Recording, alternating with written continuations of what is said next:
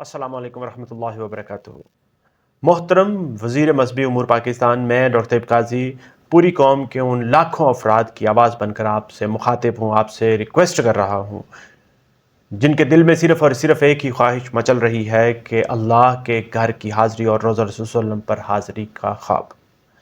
جناب وزیر، پاکستان کے کونے کونے سے عوام جس طرح سے آپ جانتے ہیں کہ حج 2026 کی تیاریوں میں بڑی زور و شور کے ساتھ مصروف ہیں الحمدللہ، مگر اس وقت جس طرح سے آپ جانتے ہیں کہ بارشوں، سیلاب اور مہنگائی نے زندگی کے ہر شعبے کو بڑی شدت کے ساتھ متاثر کیا ہے۔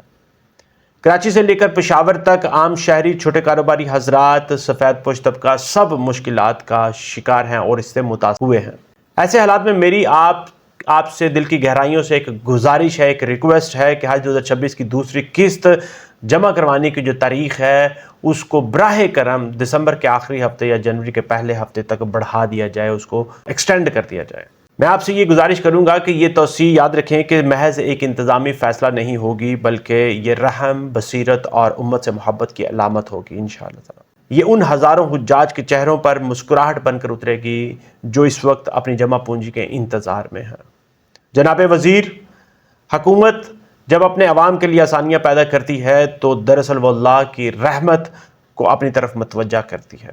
قرآن پاک میں بھی فرمایا گیا ہے، اللہ آسانی چاہتا ہے، تنگی نہیں چاہتا۔ آپ کا یہ فیصلہ حج انتظامیہ کے وقار کو بھی بلند کرے گا انشاءاللہ تعالی اور عوام کے دل میں اعتماد کو مزید مضبوط بنائے گا انشاءاللہ تعالی۔ ہم جانتے ہیں کہ آپ کی قیادت میں وزارت مذہبی امور نے ہمیشہ خلوص اور نیت کے ساتھ محنت کی ہے الحمدللہ۔ اب ایک بار پھر قوم امید سے آپ کی طرف دیکھ رہی ہے۔ ہم چاہتے ہیں کہ کوئی بھی حاجی صرف تاریخ کی تنگی کی وجہ سے اس سعادت سے محروم نہ رہ جائے۔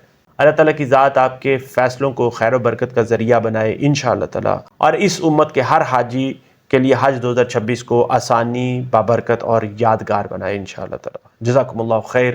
ڈاکٹر طیب قاضی۔